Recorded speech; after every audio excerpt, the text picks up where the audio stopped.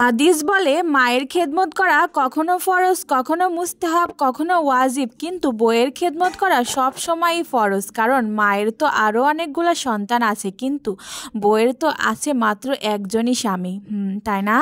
যাই হোক, hello everyone, আসসালামু আলাইকুম। সাবিনাস লাইফস্টাইলে আপনাদের সবাইকে স্বাগতম। অনেক দিন পরে আজকে একটা ভিডিও নিয়ে আপনাদের মাঝে আমি চলে এসেছি, সাবিনা আপু। আজকে আমি আপনাদেরকে দেখাবো আমরা বাসায় কিভাবে নুডলস রান্না করি সেই রেসিপি।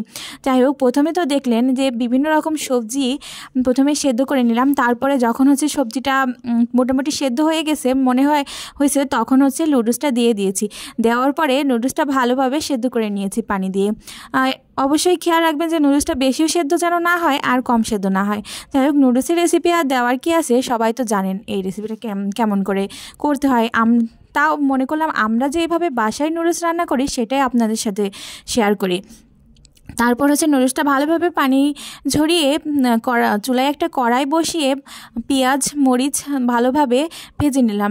ভেজে নেওয়ার পরে একটা ডিম পেঁয়াজের মরিচের সাথে মিশিয়ে নিলাম। সুন্দরভাবে মিশিয়ে নিতে হবে, মানে ঝুরি ঝুরি করে মিশিয়ে নিতে হবে সুন্দর, মানে আর লবণ আর হলুদটা দিয়ে দিবেন, তাহলে নুডলসের কালারটা সুন্দর আসে।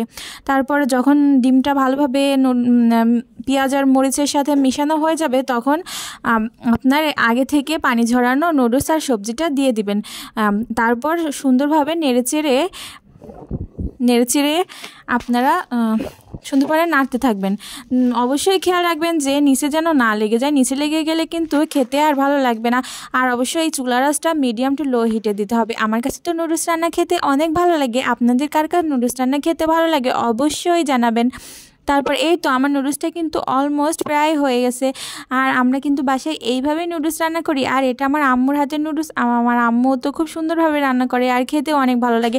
আর আমাদের বাসায় যেহেতু টমেটো সস ছিল না, তাই যখন হচ্ছে পেঁয়াজ আর মরিচটা ভেজে নিয়েছিলাম, তখন টমেটোটাও ভেজে নিয়েছি, যেন টমেটোটা মানে নুডলসের সাথে মিশে যায়, আস্তে আস্তে না থাকে।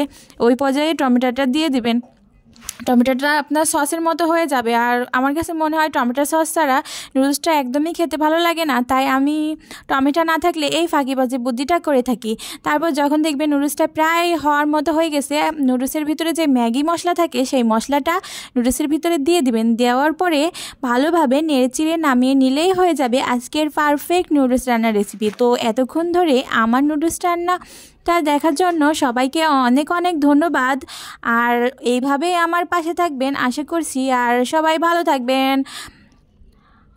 আর কেমন হয়েছে আমার নুডলস রান্নাটা অবশ্যই জানাবেন। আল্লাহ হাফেজ।